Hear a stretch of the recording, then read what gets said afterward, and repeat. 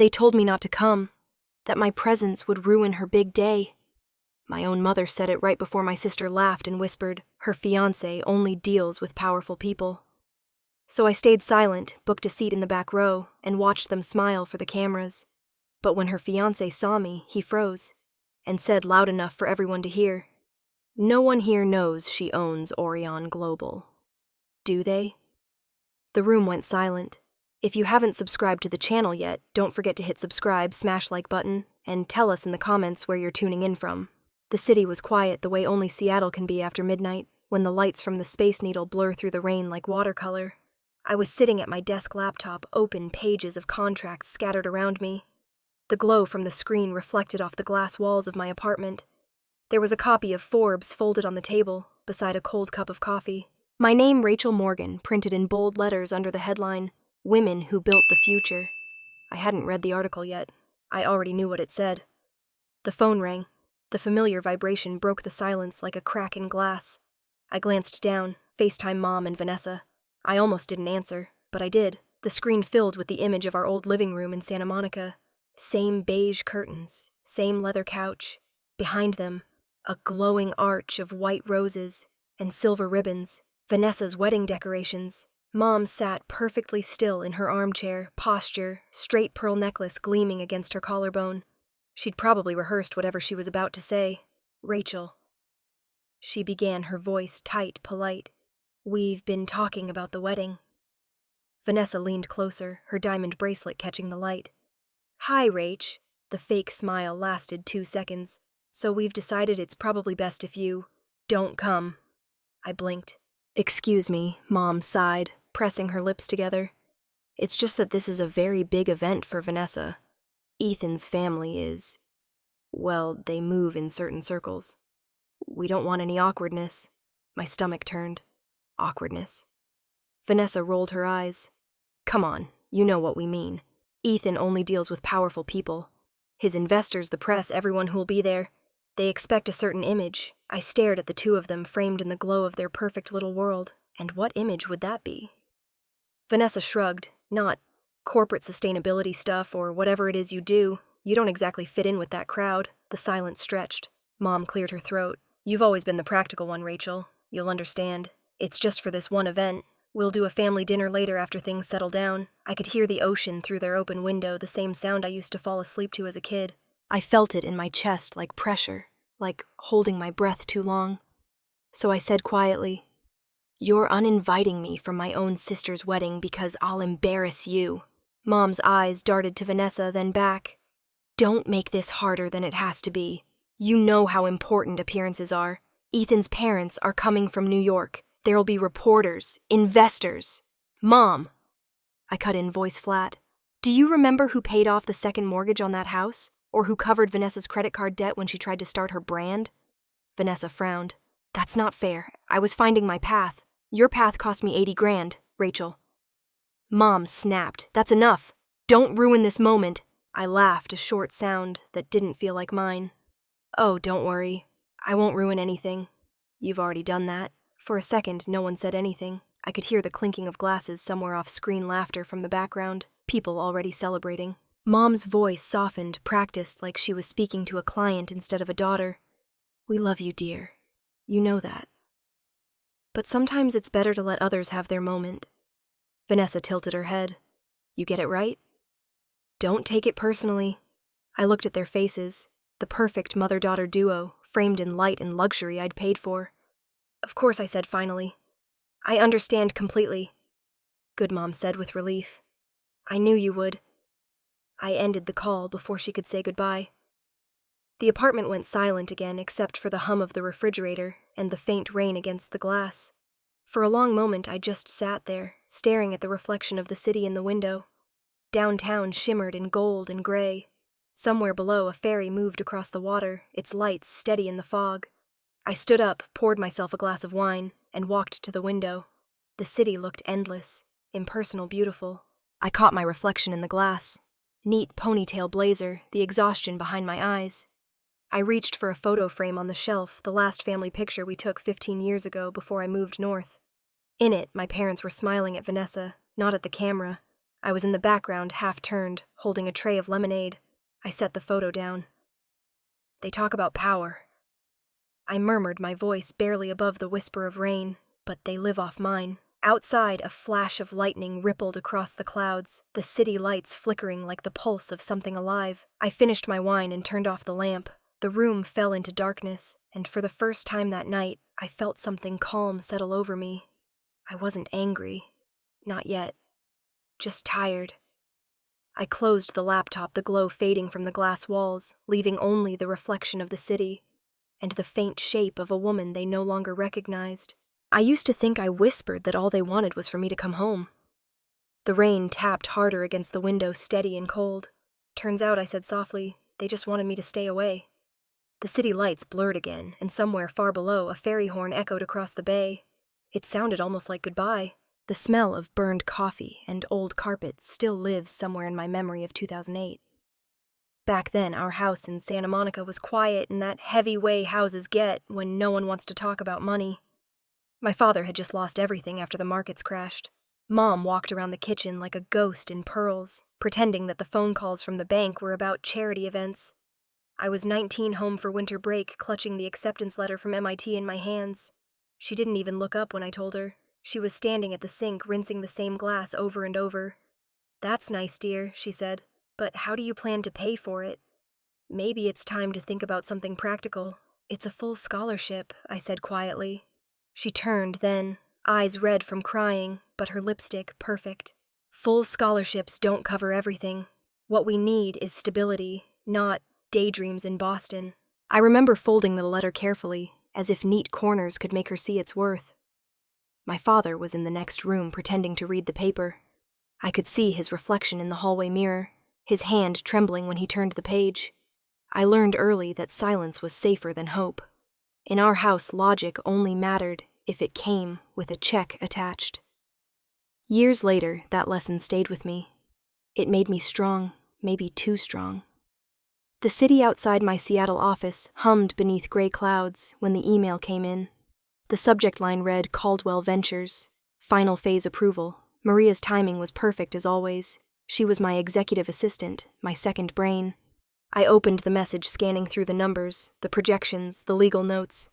Then my eyes caught a line near the bottom lead partner, Ethan Caldwell, CEO. The name landed like a small stone in my stomach. I clicked open the attached PDF, half expecting it to be some other Caldwell, but no. There it was. Ethan Caldwell, 38, head of one of the largest venture groups in California, and soon-to-be husband of my sister, Vanessa Morgan. For a long moment, I couldn't move. The rain streaked across the window behind me, thin gray lines running toward the horizon. The world is small, I thought. Smaller still when you realize the people who once called you useless are now bragging about marrying into your boardroom. Maria knocked softly before stepping in. She carried 2 coffees, her hair tied back, eyes scanning my face immediately. "You look like someone just canceled Christmas," she said. I turned the screen toward her. "Look familiar." She leaned forward. "Ethan Caldwell." As in Vanessa's Ethan. "The same," I said. "Wow." She set the coffees down carefully. "That's something. Does he know?" I shook my head. "He knows me as Ms. Morgan, CEO of Orion Global. We've never met in person.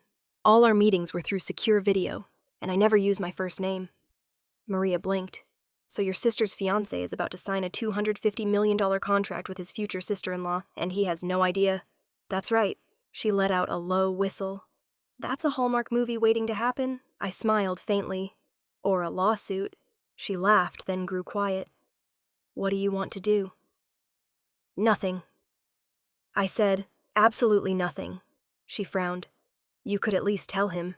It might save you trouble later." I looked at the glass model of our solar array displayed on the table between us, a miniature of the technology that built Orion Global from a rented warehouse in Tacoma. "No," I said. "I've spent my whole life watching them judge me by what they think they know. Let's see what happens when they realize what they don't." Maria studied me for a moment, then nodded slowly. "You always play the long game. It's the only game that ever pays off." The phone buzzed again. Another email this time from my board. They were thrilled about the partnership, already planning the press release. I scrolled past the excitement and the numbers to the final line of Ethan's message. Looking forward to meeting you in person soon. Ms. Morgan. My hand tightened around the mouse. Meeting me in person. The irony was too sharp not to laugh at. My sister had once told me over Thanksgiving dinner, "You'll never understand real success, Rachel. You hide behind your spreadsheets while other people make things happen." Now those other people were walking straight into a deal I'd built from the ground up. The rain picked up outside, drumming against the windows. Maria handed me one of the coffees. "You okay?" I nodded, sipping the bitter liquid. "It's fine. Just business." But inside something shifted, a familiar ache that wasn't anger, yet just memory. I remembered the girl folding her scholarship letter, while her mother talked about stability. I remembered standing in the doorway as my family celebrated Vanessa's first sponsorship deal, the one I'd secretly financed. All those years of silence, and somehow they still hadn't heard me. Maria broke the quiet. "You know Ethan seems decent, at least from the calls. Smart, calm, not like the usual investors." "He is," I said, "which makes this worse." "Why?" "Because he deserves to know who he's marrying." "And so do I." Maria tilted her head. "You're thinking of telling him, aren't you?" I shook my head again. "No, I'm thinking of waiting." I stood, walked to the window, and watched the city smear beneath the rain. The ferries crawled across the gray water like slow-moving lights. Somewhere, people were celebrating falling in love, planning weddings. I rested my hand against the cool glass. "They wanted me invisible," I whispered. "Maybe it's time they learn what invisibility can do." Maria didn't say anything. She just nodded once quietly. The office was silent except for the rain. I turned back to the model on the table, the solar panels gleaming faintly under the desk light. Each piece, precise, deliberate, balanced. Just like I planned my life. I wasn't angry yet, but I could feel the tension of something about to turn, something slow, inevitable, like a tide. The rain finally stopped. The city lights reflected sharp and clean in the glass, and somewhere deep down, a small part of me almost felt sorry for them. The morning after that discovery, the air in the office felt heavier than usual. Seattle's waterfront shimmered through the floor-to-ceiling windows, but inside the conference room, everything smelled of coffee metal and nerves. Maria and I sat across from each other at the long glass table, screens open, contracts spread like a deck of cards between us. The entire Caldwell Ventures file was on display. Investment forecasts, payment schedules, clauses about equity and sustainability. Metrics. Maria pushed her glasses up the bridge of her nose. "So, just to confirm." "Ethan knows a lot about you," she said, tapping the tablet. "But not who you are. I didn't look up. He knows the numbers. That's all that matters." She smiled faintly. "He thinks Ms. Morgan is either the CFO or a senior advisor. That's what the rumors say." "I prefer it that way," I said. Maria leaned back in her chair. "That's not normal. Most CEOs love being in the spotlight." "Most CEOs love being flattered," I corrected. "I like peace." She gave a soft laugh, shaking her head. "You're a mystery." "You know that?" "Even half the board hasn't seen you in person since last year. I'm not a celebrity. I'm a name on a contract. That was only half true. There was a reason I stayed off camera during meetings. The anonymity gave me room to breathe. When no one knew your face, they couldn't project their expectations onto it. I remembered those first calls with Ethan. His voice had been calm, deliberate. Someone used to being listened to. We'd talked about energy strategy, renewable infrastructure, long-term social impact. He'd thanked me for running a company that did things the right way. I'd smiled unseen.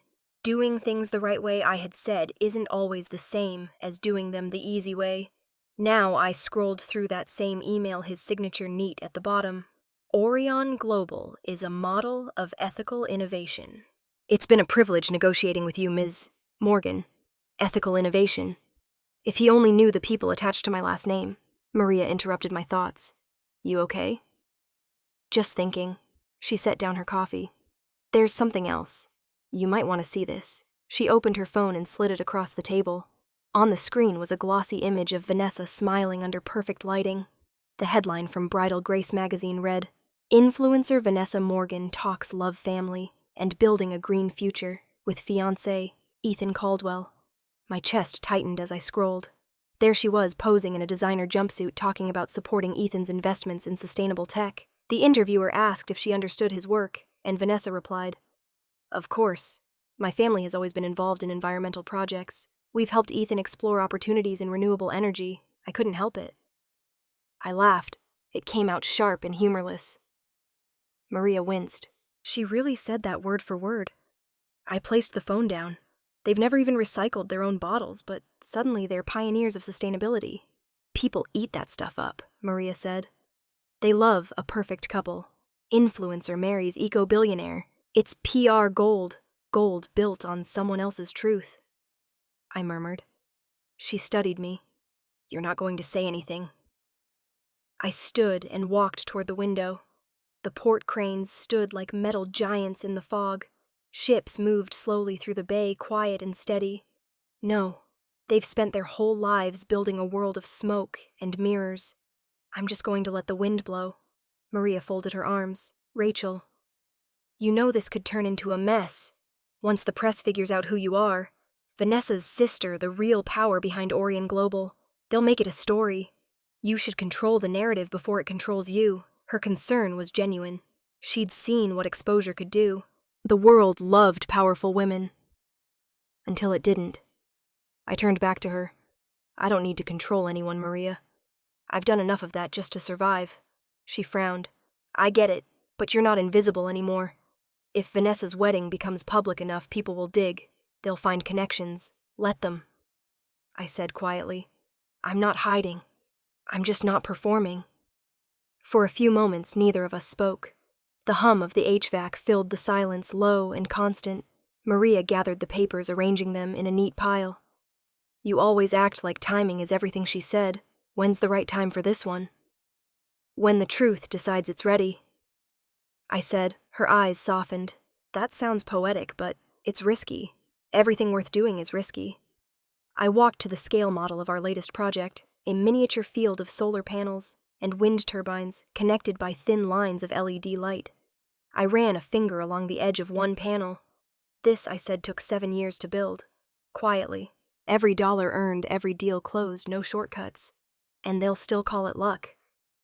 Maria smiled sadly. "Maybe that's the price of peace. Or the proof that they never deserved to be part of it." The sunlight broke through the clouds bouncing off the glass table, scattering light across the room. Maria glanced at me again. "You're going to her wedding, aren't you?" I didn't answer. The reflection of the harbor glimmered in the window ships, moving out toward open water. "I just want to see what happens," I said finally. "Not to ruin anything. Just to be there when the truth stops pretending." Maria hesitated, then nodded. "Then I'll start preparing a few things, discreetly. Gemild, you always do." As she left the room, I looked once more at Vanessa's article, still open on the tablet. Her smile was wide, her hands wrapped around Ethan's arm like a trophy. I traced her words on the screen with my fingertip. Family support, she'd said.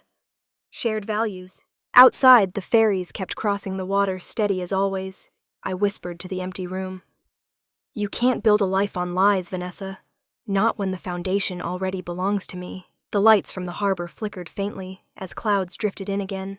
I stood there a while longer, watching the city fade into gray until even my reflection disappeared in the glass. The rain came early that morning, fine and steady, washing down the tall windows of my apartment. The city looked softer through the blur, as if Seattle itself had decided to rest for a day. I was pouring coffee when the intercom buzzed. "Ms. Morgan, the front desk clerk, said someone dropped off a letter for you. No return address." A letter? No one sent those anymore. When I opened the door, the concierge handed me a cream-colored envelope sealed in gold wax, my name written in my mother's handwriting, a looping, perfect script I hadn't seen since my 18th birthday. I turned it over in my hands before opening it, as though the weight might tell me what waited inside. The rain tapped against the glass while I sat at the dining table. I unfolded the stationery, the smell of her perfume. Chanel No. 5, rising faintly from the paper. "Rachel, darling," it began. "I hope you'll understand this comes from a place of love. Vanessa needs a perfect wedding. Oh, her future depends on this connection, and we can't afford distractions or uncomfortable moments. Please don't take it personally, but it would be better for everyone if you didn't attend. You've always been strong. Please be strong now. For your sister. There was no signature at the end. Just, love, Ma. In hurried strokes that slanted off the page. I stared at it for a long time, then placed the letter beside the morning paper on the table. The headline glared back at me. Top 10 Women in Tech 2024. My name, Rachel Morgan, sat at number 2, just under a CEO from Silicon Valley. The contrast was almost funny. Maria knocked lightly on the doorframe. You got mail, I handed her the letter. She read it quickly, her jaw tightening halfway through. Wow. Subtle. Classic Eleanor, I said. Maria folded the paper carefully like she might be handling something toxic. You going to answer no? You should. At least tell her how wrong she is. I took a sip of coffee, the bitterness grounding me. No reply is an answer too. Sometimes silence is louder than words. Maria leaned on the back of a chair. You're a better woman than I am. I'd have that framed just to remind myself why therapy exists. I smiled faintly.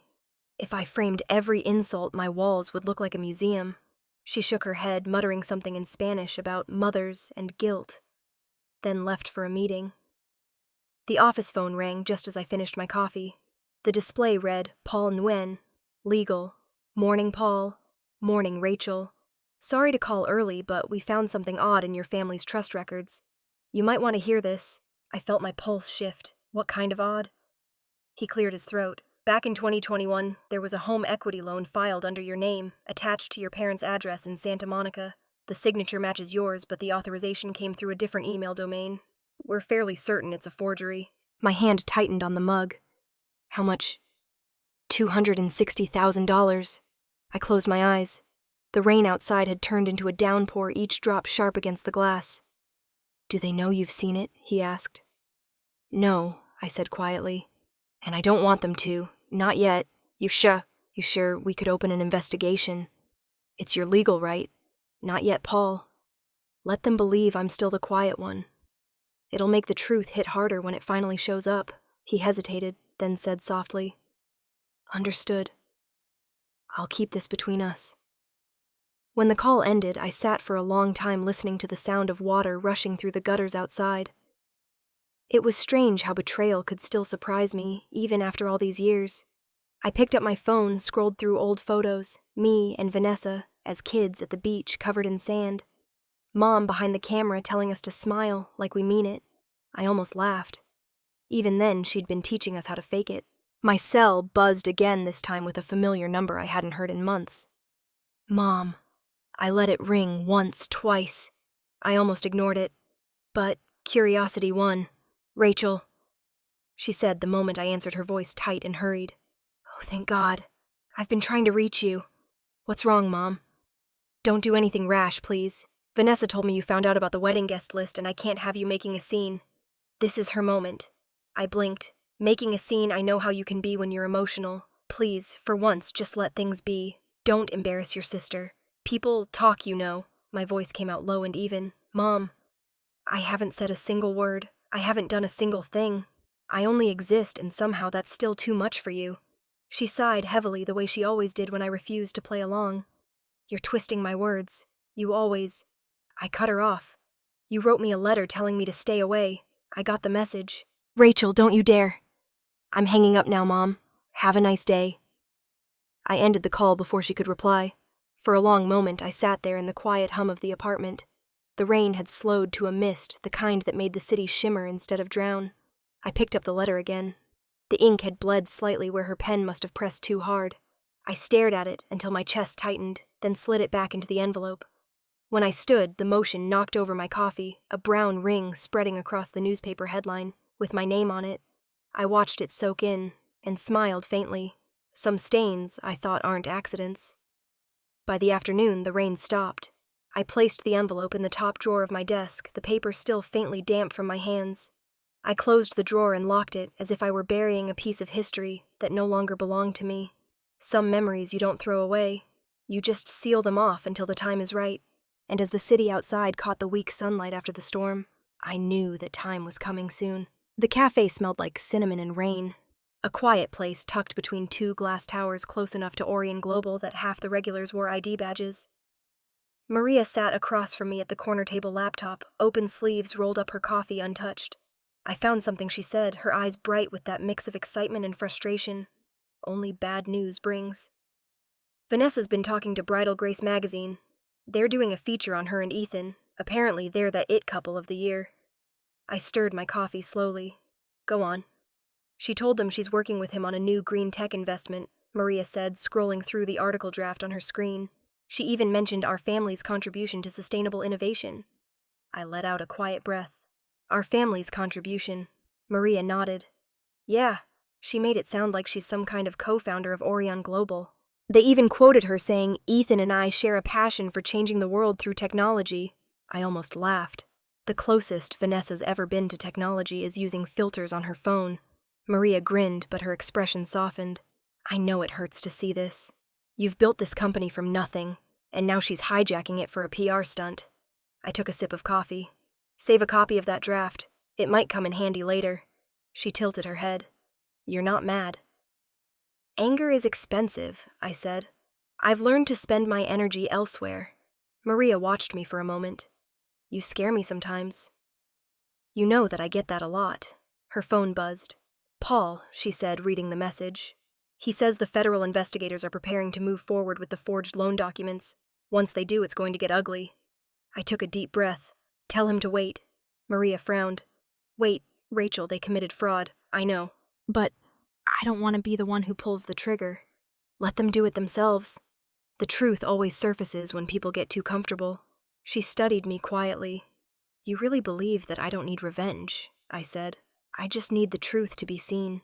Outside, traffic hissed through the wet streets. The sky was a bruised gray, the kind of weather that makes people speak softer. Maria finally leaned back, folding her arms. You know, most people would have gone nuclear by now. Press releases lawyers, the whole thing. I smiled faintly. Most people haven't spent a lifetime being told they're too much and not enough at the same time. Silence was always my training ground. She closed her laptop with a sigh. So what's the plan?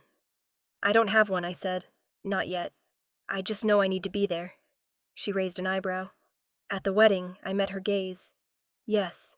You're serious, I am. Why? Because if I stay away, they'll rewrite the story again. They'll say I was jealous or dramatic. I'm done letting them narrate who I am.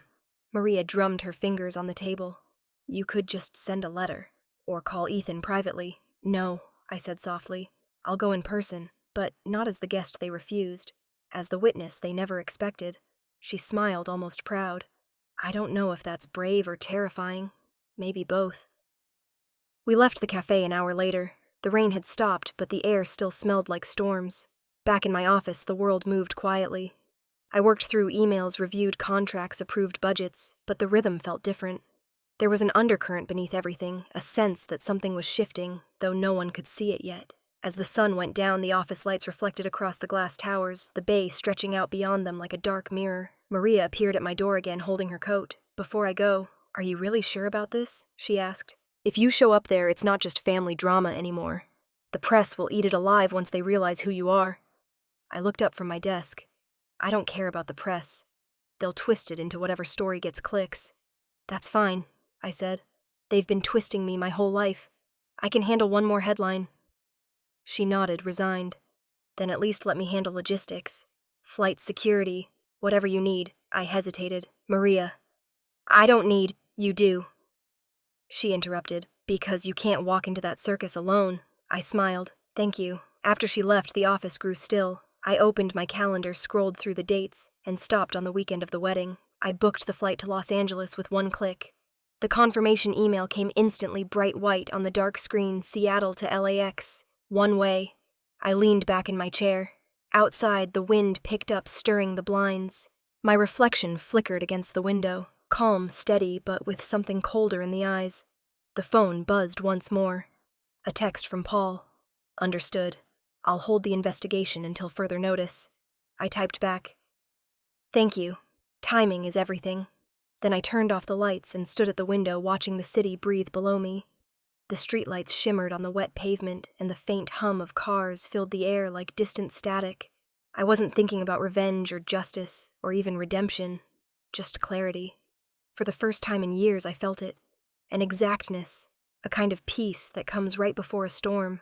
I zipped my coat and looked around the office one last time before leaving. The night outside was colder now, the kind of cold that wakes you up. As I locked the door, I whispered to the empty hallway. I'm not bringing anger with me. The elevator doors opened, and my reflection caught in the steel panel. I'm bringing silence, I said. And the doors slid shut. The sun was beginning to dip when I arrived at the Seaside Grand in Santa Monica. The air smelled like salt and roses from the gardens near the Valet Circle. Bells clinked faintly as luggage carts rolled across the marble lobby floor. A pianist played something light, elegant, almost rehearsed. The kind of music people use to convince themselves everything is perfect. The clerk at the front desk smiled when I checked in. Welcome to the Seaside Grand, Ms. Morgan. You're in Suite 708, Ocean View, of course. I nodded, thanked him, and took the keycard. The elevator ride was slow, the kind that gave you too much time to think. When I stepped into the suite, the room was golden with sunset light, the walls washed in reflections from the water outside. Floor-to-ceiling windows looked over the beach where guests were already walking along the sand, their laughter carried by the wind. I dropped my bag onto the couch and began to unpack. My folders came out first. Contracts, the $250 million deal with Caldwell Ventures, the notarized evidence from Paul about the forged bank documents, the draft press release about Orion Global's expansion. Each one a small piece of truth waiting to surface. I lined them neatly on the glass table near the window. Paperwork in place of flowers. The phone rang. I didn't even need to check the name. Good evening, Ms. Morgan Ethan's voice came through the speaker, warm, professional. I just wanted to confirm the details for tomorrow's meeting. My team and I are finalizing everything before I head into the weekend. I stared out at the ocean, the horizon turning a deep orange. Of course, Ethan. Everything is on schedule. We'll have plenty of time to go over it all. Very soon, he chuckled. That's good to hear. I appreciate how smooth this process has been. You've built quite a reputation for yourself, Ms. Morgan. People talk about Orion Global like it's a miracle. Miracles are just hard work people don't recognize, I said quietly. He paused, maybe catching the edge in my tone. You sound tired. You've been carrying a lot. You have no idea. He laughed softly, not understanding. Well, get some rest. We've both earned it. Don't worry, I said. We'll see each other soon. When the call ended, I stood for a while in the stillness, watching the last light vanish beyond the water. My phone buzzed again. This time a message from Maria. He just signed the MOU. Still thinks you're a ghost. Guess tomorrow's his surprise. I typed back. Good. It's time everyone learned who they've been dealing with. I put the phone down and caught my reflection in the window. The sun was gone, leaving only the faint outline of my face over the dark sea. Half of me belonged to the glow of the city behind, half to the quiet of the water. A soft hum drifted from below. The resort staff was setting up the reception tent on the beach. Rows of white chairs, chandeliers strung between palm trees, a string quartet rehearsing under a canopy of fairy lights. Their music floated up faintly, blending with the crash of the waves. I stepped out onto the balcony. The wind carried the scent of champagne and sea spray. Somewhere down there, my family was probably taking rehearsal photos, pretending the world was flawless. I closed my eyes, and suddenly memory found me again. 18 years old, same house in Santa Monica, Vanessa's birthday party, balloons everywhere, people laughing in the yard. I was standing in the hallway holding a wrapped gift I'd bought with my part-time paycheck. Mom's voice came from the kitchen, hushed but sharp. Rachel just doesn't know how to enjoy life. She's always so serious, so dull. Vanessa's laughter chimed in. That's Rachel, Miss Responsibility. I'd walked out the back door quietly that day, left the present on the table, and spent the evening at the public library. It was the first time I realized love in my family was conditional. The memory dissolved with the sound of a horn from the pier below. I opened my eyes and looked down at the wedding decorations glittering under the floodlights. Tomorrow, I whispered, Mom will finally understand that silence is also a way of living. I went back inside. The room had grown dim, the edges of furniture fading into shadow. I turned on a single lamp near the desk and sat down. My laptop pinged. A new email. From Paul. The subject line read, Update, State Attorney's Office. I opened it. If no one from the Morgan family takes responsibility for the forged loan documents by the end of the week, the case will be referred to the state court. The bank intends to press charges. My fingers hovered over the keyboard. I could reply with one word, approve, and it would all begin. Instead, I closed the email and hit delete. The hum of the air conditioner filled the silence. I leaned back, staring at the ceiling. Truth, like justice, doesn't always need to be forced. It just waits. And when the timing is right, it walks in by itself. Outside, the music shifted, an upbeat song, now laughter echoing faintly from the patio. I could see the glow of lanterns reflecting off the waves. The celebration had already begun. I pulled the curtains closed and sat on the edge of the bed. The papers on the table caught the lamplight, glowing faintly like tiny truths wrapped in glass. Tomorrow, I thought, the storm will finally find its shore. The ocean answered with a single long wave breaking against the sand, steady and unhurried, like time itself preparing for what comes next. The morning sun poured through the curtains like gold dust when I opened my eyes. For a moment, I almost forgot where I was. The still air, the sound of the ocean, the faint hum of laughter rising from the garden below. Then the scent of flowers, and salt water pulled me back. It was the day of the wedding. I moved slowly, deliberately. Every motion felt intentional, as if silence itself was watching me. I took a shower, wrapped myself in a robe, and stood by the window while I brushed my hair back into a clean, tight bun. My reflection looked calm, almost serene, but beneath that calm was something sharper. I reached for the green dress hanging on the chair, the one without a label, understated and elegant. The color was deep, like moss in shadow. It fit perfectly. I clasped the small pearl earrings, the ones I'd bought years ago when I landed my first $1 million deal. They were the only jewelry I ever wore, not for their value, but because they reminded me of quiet victories. I whispered to the empty room, I didn't come to steal anyone's light. I came to stand in my own. Downstairs, the hotel lobby buzzed with activity. Guests in pastel dresses, men adjusting ties, staff carrying trays of champagne. I passed through unnoticed until I stepped out into the garden. The wedding had already begun. The courtyard glowed under rows of white silk ribbons, and sunlight danced across tables dressed in pink roses. A quartet played soft classical music under a canopy of white fabric that rippled with the breeze. It was beautiful in that curated, soulless way, everything perfect enough to photograph, nothing deep enough to feel. I walked down the path leading to the reception area, heels clicking against the stone. Heads began to turn one by one, like a ripple in still water. The music continued for a few seconds, as if the musicians were waiting to be sure what they were seeing. Eleanor saw me first. She was near the champagne bar holding a glass midair. Her face drained of color, her lips parted slightly, but no sound came out. Vanessa was at the far end of the courtyard, standing under the floral archway where guests were taking pictures with the bride and groom. She froze, one manicured hand still resting on Ethan's arm. Her smile faltered as her eyes met mine. A murmur spread through the guests. Is that her sister? I thought she wasn't invited. Someone said there was bad blood. I kept walking. The air tightened around me with every step. Eleanor's hand shook as she set her glass down. Rachel, she hissed when I passed her. What on earth are you doing here? Just dropping by, I said softly. Family event, right? Her voice trembled. You shouldn't be here. You'll ruin this, Mom. I said gently. I'm not the one pretending everything's perfect. I left her there and moved toward the center of the courtyard. The music stumbled as one of the violinists missed a note. I could feel every pair of eyes following me. Ethan stood near the head table talking to one of his colleagues. When he saw me, he stopped mid-sentence. His face went pale, his posture rigid. The air around us shifted. He walked toward me slowly, each step deliberate. Ms. Morgan, he said, his voice barely above a whisper. I smiled faintly. Hello, Ethan. What are you doing here? I'm the uninvited guest. My voice was quiet but clear. Several guests nearby turned to look. One of the waiters stopped mid-pour. The violinist stopped playing altogether.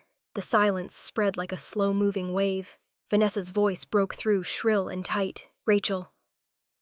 This isn't your place. But Ethan didn't look at her. His eyes stayed locked on me. The color drained completely from his face as realization hit.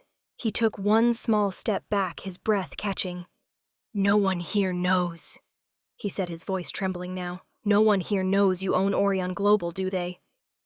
The courtyard erupted. What? Someone whispered. Orion Global. The energy company. Wait, what's going on? The chaos unfolded in real time. A few people instinctively raised their phones. I caught the red dot of a camera recording. Vanessa's face contorted, her voice rising. "Ethan, stop it. You're confusing everyone." He shook his head slowly. "You didn't tell me your sister was the Rachel Morgan. You said she worked for some nonprofit. You said she was struggling." The guests gasped again. Eleanor's hand covered her mouth. Vanessa's voice cracked. "She's lying, she's—" But Ethan cut her off. Eyes still on me. All those calls, the negotiations. "I can't believe this." I looked at him calmly. "Believe it." Someone dropped a glass. The sound shattered through the silence. I turned toward Vanessa, who stood frozen at the archway. Her perfect posture gone, her face streaked with confusion and anger. "Congratulations," I said softly. "Looks like the truth finally showed up to the wedding." She opened her mouth, but nothing came out. Eleanor took a step forward, her voice quivering. "Rachel, please stop this. You're humiliating us." I turned to her. "No, Mom. I'm not humiliating you. I'm just existing where you didn't want me to." And for once, she didn't have an answer. Ethan looked down at the ground, rubbing his temple. "Jesus," he whispered. "I've been talking business with you for months, and you never said." "It wasn't relevant," I said. He let out a breath, half laugh, half disbelief. "Relevant. You're the reason this entire deal exists." The whispers grew louder now. Someone said, "She's the CEO." Another. I read about her in Forbes. I could feel the tide turning, the collective shift of perception that always comes when people realize who truly holds the power in the room. Vanessa's mascara streaked as she tried to recover, her voice shaking. "You think this makes you better than me?" I met her eyes. "No, Vanessa. It just makes me honest." A woman in a pale pink dress whispered something to her husband. The violinist slowly lifted his bow again, unsure whether to play. Ethan stepped back, his face unreadable now. "You shouldn't have had to prove anything," he said quietly. "But I think you just did." I smiled, a small, tired smile. "That wasn't my intention." "I know," he said. The courtyard had gone still again, but not peaceful, charged electric. The kind of stillness that follows a lightning strike. I turned away from them, all the sound of the waves faint beyond the music that had stopped again. And as I walked past the tables, the petals scattered by the breeze brushed against my shoes like whispers. You don't have to shout to be heard. Sometimes silence is enough. The silence after Ethan's words was like a physical thing. You could feel it thick and heavy, pressing down on everyone in the room. The string quartet had stopped mid-note. Somewhere near the back, a champagne flute slipped from someone's hand and shattered on the marble floor. The sound echoed sharp as glass cutting air. Eleanor was the first to move. She pushed through the small crowd, her heels clacking against the tile, her forced smile trembling. "Rachel," she said quickly, her voice low but frantic. "Sweetheart, let's step outside. Please, you don't understand what you're doing." I turned toward her, calm, almost detached. "I'm not here to cause a scene, Mom." Her eyes darted around, desperate. "Then why are you here to see how people behave when the truth finally shows up?" I said softly. Vanessa's breath hitched. Her face was red, tears welling at the corners of her eyes. "You're lying," she shouted. "You're jealous." "Ethan, she's making this up." Ethan didn't look at her.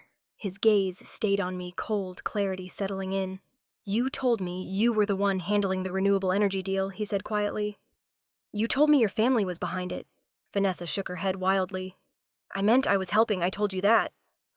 He let out a disbelieving laugh. "Helping Vanessa, your sister, is the CEO of Orion Global. The entire deal we've been negotiating. The one I thought you were so proud of. She built it." The guests began whispering, voices overlapping in a growing hum. "Wait, Orion Global. That's her company, I've read about it. They're the biggest in clean tech." Eleanor reached for my arm, her grip tight. "Rachel, stop this. You're humiliating us." I looked at her hand until she released me. "No, Mom," I said evenly. "I'm not humiliating anyone. You've just been pretending long enough that honesty feels like humiliation." The murmurs grew louder. Someone near the buffet pulled out a phone, filming. I caught the red recording light out of the corner of my eye. Vanessa lunged toward Ethan. "You can't believe her. She's trying to ruin this for me." He stepped back. Disgust flickering across his face. "Ruining what?" "The fantasy you sold me. The fake business. The made-up success. The family image." She started to cry in earnest, then the mascara streaking down her cheeks. "I just wanted to make you proud," she sobbed. Eleanor tried to intervene again, voice breaking. "Ethan, she's young. She didn't mean to mislead." He cut her off sharply. "With all due respect, Mrs. Morgan." I think she knew exactly what she was doing. For a moment, the only sound was the ocean outside, faint and rhythmic, as if the waves were keeping time with the unraveling of my family. I reached into my clutch and pulled out a small white envelope. I placed it on the nearest table next to a vase of roses. "My wedding gift," I said quietly. "Copies of every loan document taken out in my name. The ones you forged. I figured you might want to remember who actually paid for your version of paradise." Eleanor's knees seemed to buckle slightly. "Rachel, please not here," she whispered. "Not in front of everyone." I met her gaze. "That's the problem, Mom. You've always worried more about everyone than the people who actually matter." A collective gasp moved through the crowd. Someone muttered. "This is insane," another voice said. "She's been financing them." I didn't care anymore. Truth had its own gravity. It didn't need my help to spread. Paul, my lawyer, stood near the back. He'd arrived quietly an hour before as a precaution. I caught his eye. He gave a subtle nod. He'd seen enough. Meanwhile, one of the younger guests, probably half drunk and thrilled by the drama, whispered loudly to his date, "This is going viral, I swear. Uninvited guest turns out to be millionaire CEO. People are gonna lose it." I smiled faintly. "Let them." Vanessa looked up at me, her eyes wild now, her voice barely holding together. "You think you're better than me? You think showing up and waving your money around makes you the good guy?" I walked closer just enough that she could see how steady my expression was. "I didn't come to be the good guy," I said. "I came to stop pretending." Her lip quivered. "You've always hated me." I shook my head. "No, Vanessa. I stopped needing your approval a long time ago. That's different." Eleanor reached for her again, but Vanessa jerked away. The crowd had grown restless now, half of them standing awkwardly unsure if they should leave or stay for what had clearly become the event of the year. Ethan exhaled slowly, then slipped the wedding band off his finger. His voice was calm, too calm. "I can't do this," he said more to himself than anyone else. Then louder, "I can't continue this wedding." Vanessa let out a small, broken sound. Half sob, half gasp. "Ethan, please, don't do this in front of everyone." He looked at her, and something in his eyes closed. "You did this in front of everyone, Vanessa." He turned to me. "Ms. Morgan, Rachel, I owe you an apology. I didn't know." I shook my head. "You don't owe me anything. The truth was always yours to find." He nodded once, then walked toward the exit, passing by the stunned guests. The sound of his shoes against the marble echoed long after he was gone. No one moved for a full minute. Then slowly the chatter resumed, muted, nervous. Some guests left quietly, others lingered, whispering behind their napkins. Vanessa collapsed into a chair, shaking, while Eleanor stood frozen beside her, staring at the empty space where Ethan had been. I looked around one last time. The flowers, the champagne, the perfectly staged perfection turned hollow. Then I said, almost to myself, I didn't have to do anything. The truth took care of it. And I turned toward the open doors, walking out into the sunlight, where the sound of the sea felt cleaner than the air I'd just left behind. A week after the wedding, my name was everywhere. The headlines were relentless, screens glowing with the same phrase over and over. The uninvited guest CEO, the woman. Her family tried to hide. Clips of that day flooded social media, stitched and shared with captions like "Revenge served cold" and "Karma in a green dress." I didn't watch them, but I didn't have to. I could feel it in the way people looked at me when I walked through the lobby of my building, the polite smiles that lingered a second too long. Charlotte Hayes, a journalist from Modern Business Review, had written a long piece titled "When Justice Arrives in Silence." Maria read part of it aloud as we sat in my office, overlooking the gray Seattle skyline. She says Maria began scrolling through her tablet. That your quietness is what captured people. You didn't fight, you didn't shout, you just showed up. She calls it dignified exposure. I smirked faintly. Catchy, I'll give her that. Maria laughed. You realize the whole country's talking about you, right? People on Twitter, are calling you an icon of self-respect. #uninvited. Guest is trending. I leaned back in my chair, watching the faint drizzle trail down the window. They'll move on tomorrow. They always do. Maria lowered the tablet. Doesn't it bother you that they're making it a spectacle? It's fine, I said quietly. Let them talk. It's the first time the story isn't being told by my family. She hesitated, then nodded. Paul called an hour later. His tone was businesslike, but even he couldn't hide the tension.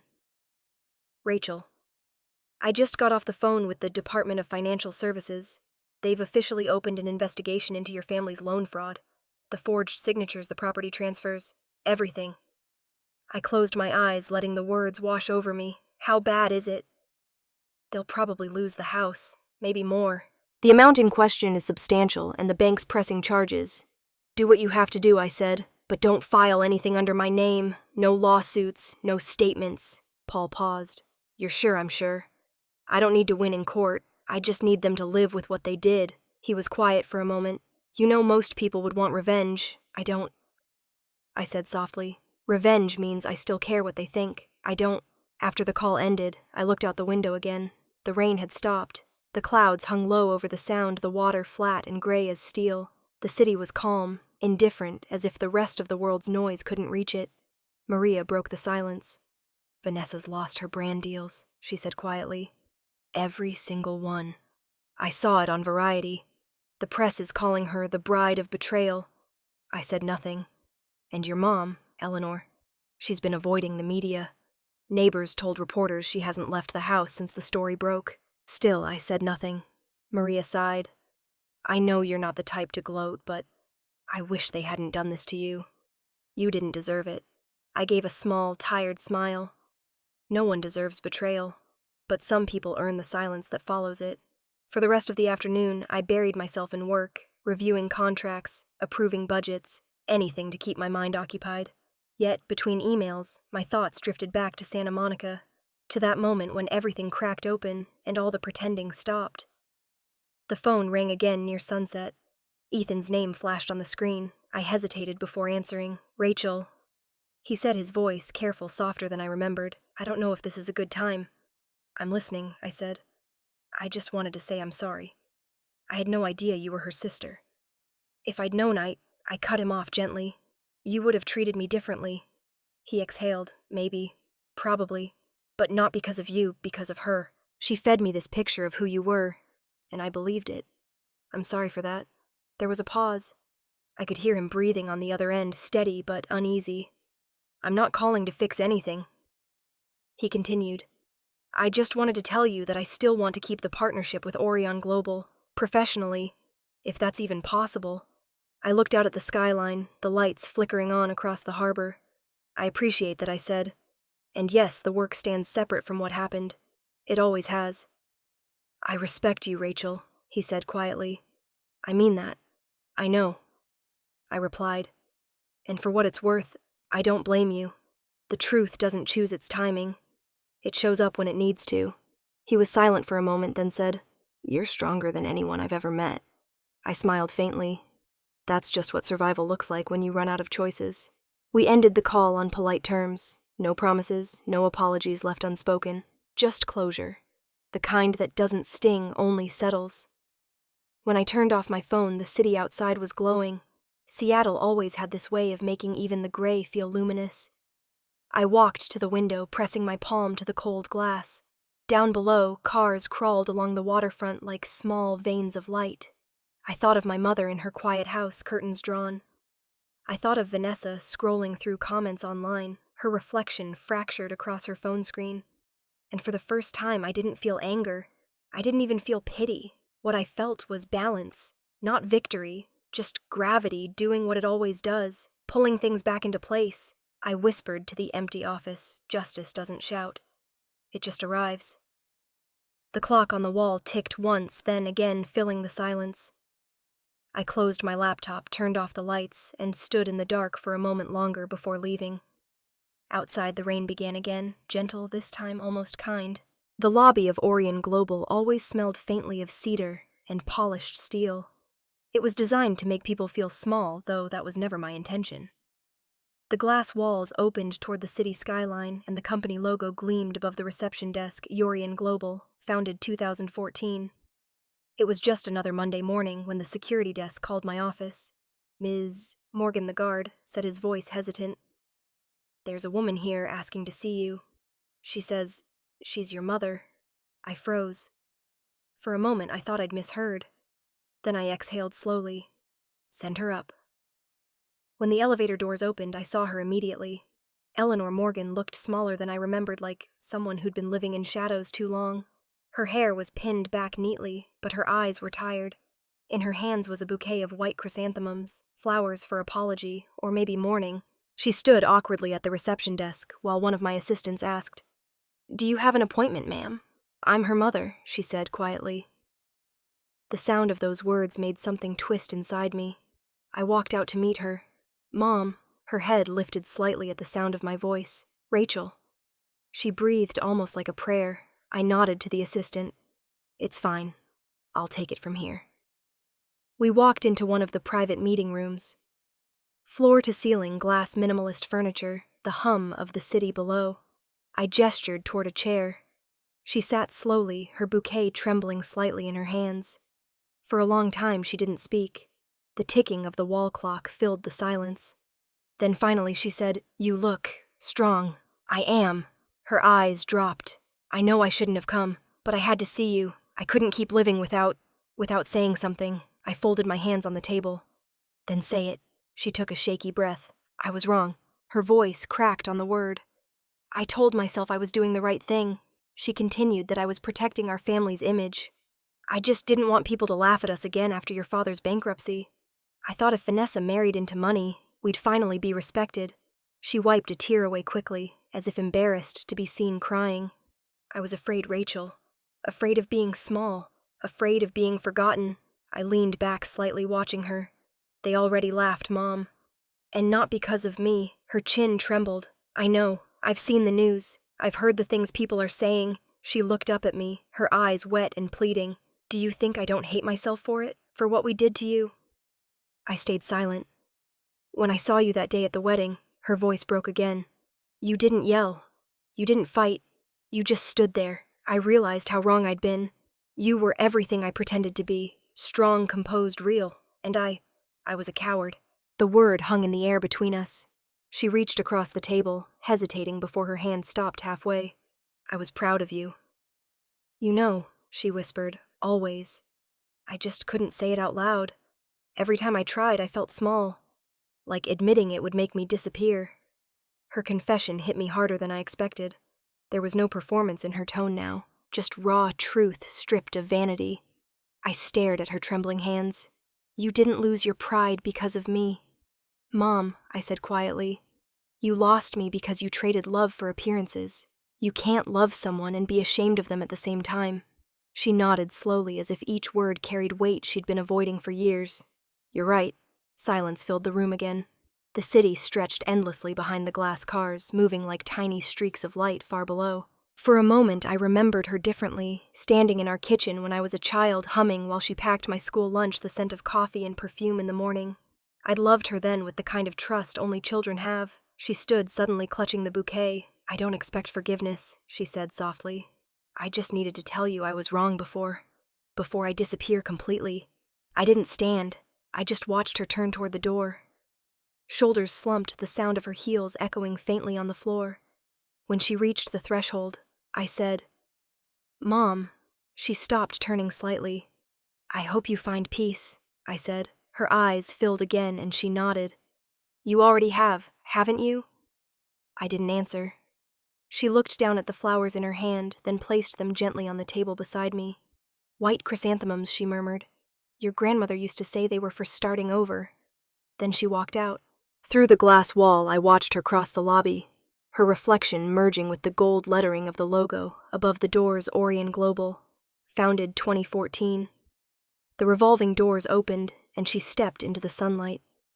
For a moment, I sat there staring at the empty chair across from me.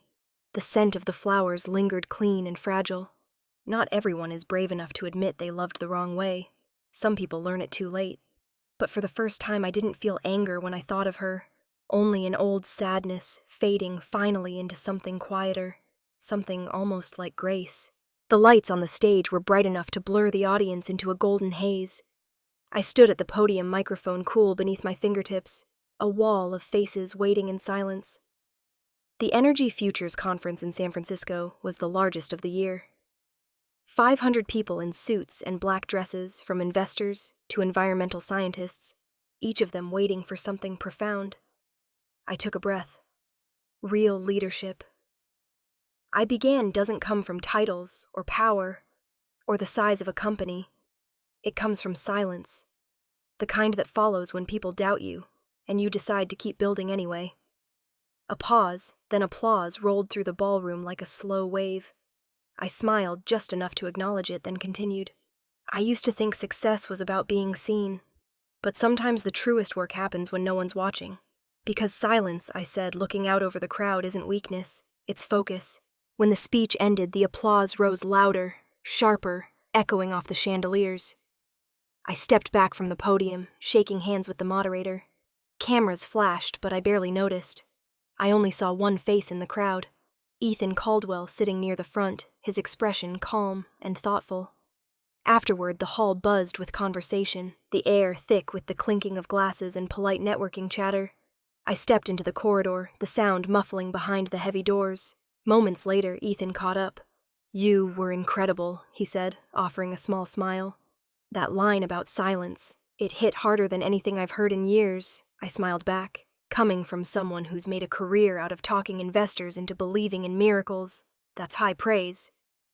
He laughed softly. I deserved that. We stood there for a moment, the hum of the conference behind us. He adjusted his jacket, then said more quietly, I wanted to thank you for how you handled everything last year. You could have destroyed me or her or anyone connected to it. But you didn't. I wasn't interested in destroying anyone, I said. He nodded slowly. I know. I think that's what separates you from most people in this business. You win without blood. Justice doesn't need a war, I said, meeting his eyes. It just needs someone willing to stay silent until the truth speaks for itself. He studied me for a second, then smiled. You've changed, Rachel. No, I said quietly. I just stopped apologizing for being the person I already was. He reached out almost instinctively, then withdrew his hand. Take care of yourself. I will, I said, and watched as he walked back into the crowd, swallowed by the noise and the lights. Maria appeared a few minutes later, balancing a folder and a cup of coffee. Her grin was wide. You just made half this room rethink their careers. Good, I said, taking the coffee. Maybe they'll start doing something useful with their money. She laughed, then handed me an envelope. Before you go, this came from the Financial Bureau. Official notice. The fraud case is closed. No appeals, no pending claims. It's done. I ran my thumb along the seal before opening it. The letter inside was brief and formal. All proceedings against the Morgan family have been concluded. The parties have accepted settlement and restitution terms. No further action will be taken. I folded the paper carefully and slipped it back into the envelope. So that's that, I said. Maria nodded. Clean slate. Her phone buzzed and she checked the screen. Vanessa's off the grid. Your mom sold the Santa Monica house and moved to Palm Springs. Guess they're starting over. I looked out through the glass wall of the hallway where the sunset was painting the San Francisco Bay in orange and pink. Good, I said. They finally found a place that fits them. Warm, quiet, far from the noise. Maria smiled. You okay with that? I thought for a moment before answering. Yeah, I am. Everyone deserves peace even if they had to lose me to find it. She nodded, then slipped away to take a call, leaving me alone in the corridor. I stood there for a long moment, watching the golden light shift across the floor. The sounds of laughter and conversation from the ballroom faded into something softer. I thought of my mother standing in my office with white chrysanthemums, of Vanessa's voice cracking under the weight of her own lies, of the girl I used to be. The one who kept quiet because no one listened. Forgiveness isn't about forgetting. It's about refusing to let the wound define you. Somewhere deep down, I knew that was the last piece of the lesson. The rest of my life would begin from here, not as revenge, not as recovery, but as something still steady and whole. I turned away from the glass and walked down the corridor, the noise behind me fading with each step. The conference lights glowed soft and gold at the end of the hall, and for the first time in years, I felt nothing but peace. The evening sky in Santa Monica bled into shades of gold and crimson, the kind of sunset that looked almost deliberate, as if the world had decided to close the day with intention. The waves rolled in slow, steady rhythms, their sound matching the calm inside my chest. I sat alone on the sand a few yards from the tide line, my laptop open beside me. The ocean breeze carried the faint scent of salt and eucalyptus. A surfer in the distance cut through the water, chasing the last light of the day. Behind me, the city hummed quietly, far enough away to feel like another world. On my screen, the headline glowed against the fading light: Orion Global, the company that redefined revenge. The article had been circulating for a week. I'd ignored it at first, but curiosity had a way of catching up. I clicked the link. It began with my story: an uninvited guest, a viral video, a quiet CEO who turned humiliation into empowerment. The writer called me a symbol of modern retribution, someone who proved that the best revenge is authenticity. I smiled faintly at that. They called it revenge. I called it justice. I closed the laptop and let the sound of the waves fill the space around me. The air was cooler now. The horizon glowed red for one last moment before the sun slipped under. A flash of memory came with the dusk, my mother standing in the glass lobby of Orion Global, holding white chrysanthemums. Maria's grin as she handed me the final report. Ethan's firm handshake after the conference, steady and respectful. None of them lingered like ghosts anymore. They just existed soft edges in the story I'd already written. For the first time in years, the past felt quiet. The tide crept closer, brushing against the hem of my dress. I dug my toes into the sand, grounding myself in its warmth before it cooled. The beach was nearly empty now, just a few joggers and a child chasing a kite that refused to fall. I closed my eyes and breathed deeply. The salt air burned slightly in my lungs, but cleared everything else out. The last light flickered against my eyelids like an afterimage of fire. Justice isn't always loud. Sometimes it's the silence that comes after everyone finally sees you for who you are. When I opened my eyes again, the sky had shifted to deep indigo. The first stars appeared above the water, faint and trembling, like they were just learning to shine again. I stood, brushing the sand from my hands, and picked up my shoes. The laptop was closed now, the screen dark. I tucked it under my arm and started walking down the shoreline. Each step left a small imprint that the next wave reached for, erased and replaced with new sand. It felt like the world's quiet way of saying, "You've left your mark. Now let it go." Farther down the beach, a couple sat near a bonfire, their laughter soft and easy. It didn't sting to see it. Life kept moving, it always did. My own had just finally found its rhythm again. I looked back once at the dark outline of the pier, the faint lights flickering against the water. For years that view had meant longing distance exile. Tonight it looked like closure. The wind picked up cool and familiar. I let it pull my hair loose and carry the last trace of the past out to sea. If anyone had asked what I felt standing there, triumph, grief, satisfaction, I wouldn't have known how to answer. What I felt was stillness, not emptiness, but peace. I thought of every moment that had brought me here. The flu in my apartment when I'd first been told to stay away. The contracts, the silence, the family who mistook my patience for weakness. Every piece of it had shaped the woman walking along this beach. And maybe that was the point. Every wound, every betrayal, every quiet victory, they were all part of the same lesson. That truth doesn't need a witness. It only needs time. I stopped for a moment, looking at where the waves met the shore, glowing under the pale half-moon. The sound was constant, eternal. Then I whispered to no one in particular. If you've ever been underestimated, if they ever told you to stay quiet, remember this. The truth doesn't need noise. It just needs to be seen. I smiled, just barely, and kept walking. The sea reached for my footprints again, washing them clean.